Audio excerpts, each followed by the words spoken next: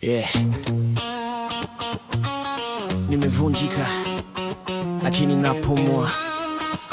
That's how I know God is real. Mimi ni wreck, najambia ukweli bila kificho. Nimechoka moyoni lakini miguu bado inasogea kidogo.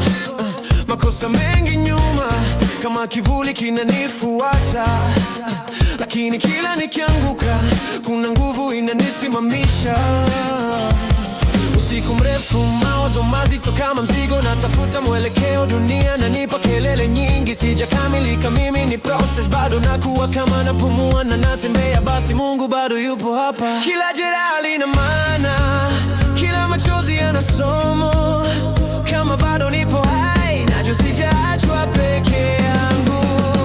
Yeah. Bado natembea, still alive, ndio maana najua God is on my side. Nimevunjika, nimepotea inside, lakini napumua, hiyo ni sign. Bado natembea katikati ya pain and doubt, najifunza maisha na maana gani now. Kama naweza kutembea kuona light, najua Mungu yupo. Yeah, God is real tonight. Yeah, nilikuwa napigana vita ambavyo kuna aliona. Nacheka mchana usiku, machozi yananyona, majaribu yanapiga hodi, hofu inataka kukaa, lakini imani nanong'ona. Endelea kusonga mbele, kaa ukwaji uma. Story ya Instagram ni kuchagua nidhamu badala ya starehe za haraka. Ninacha tabia mbaya, naandika upya jina, kutoka kijana aliyepotea kuwa mwanaume mwenye dira.